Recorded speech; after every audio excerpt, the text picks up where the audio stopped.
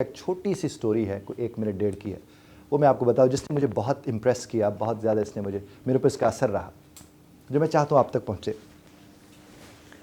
میرے پاس ایک خاتون صفائی کا کام کرتی تھی،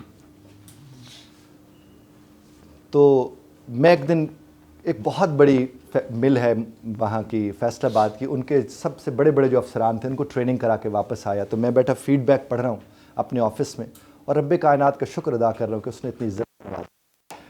تو سامنے کونے میں نیچے وہ بڑھیا بیٹھی ہوئی تھی، وہ جو کام کرتی تھی، وہ وہاں بیٹھی ہوئی ہیں، اور میری نا فائل کے اوپر سے تیرتی ہوئی نظر ان کے چہرے پر گئی، تو بلا کا اطمینان تھا ان کے چہرے پر، اور اتنا اطمینان تھا کہ مجھے حسد یافتہ رشک ہو گیا کہ یہ کیسی خاتون ہے۔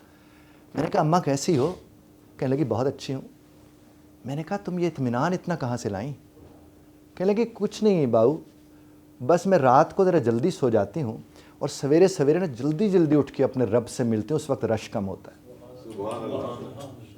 اس کا یہ جملہ ختم ہوا، میرے اوپر تو گریہ تاری کہ پتہ نہیں ہم کہاں پھر رہے ہیں اور کیا کیسی مائی ہے یہ۔ میرے والد صاحب کے حضور میں پیش ہوا، میں نے ان سے بات کی تو ان کے اوپر گریہ تاری، ہم باپ بیٹا کتنی دیر گلے لگ کے روتے رہے کہ کیسی اماں ہے۔ اب کیا ہوا 3 دن اس اماں کو ہم دیکھیں ہمارے پر گریہ تاری ہو جائے کہ ہمیں رش کو اس کے تعلق پر خدا سے کہ کیا اس کا تعلق ہے۔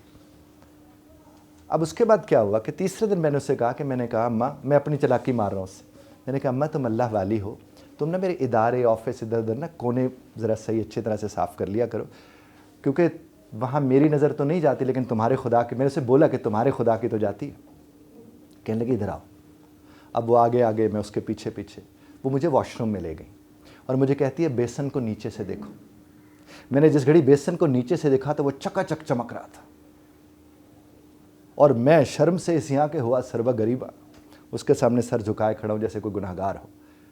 مجھے کہتی ہے سر مت جھکاؤ، بس لوگوں کو یہ بات بتانا جو میں تمہیں بتا رہی ہوں۔ کہتے بڑی باتیں تم لوگوں کو بتاتے ہو، بیکاز کافی عرصے سے ہمارے پاس۔ میں نے کہا بتائیے کیا بتاؤں؟ کہنے لگی ان سے کہنا کہ میں جہاں نوکری کرتی ہوں میں ان کی نوکری نہیں کرتی، میں ادھی نوکری کرنی ہے۔ تو خدا آپ کو اور ہمیں رب کی نوکری کی توفیق عطا فرمائے۔ بہت شکریہ دھیان سے سننے۔ God bless.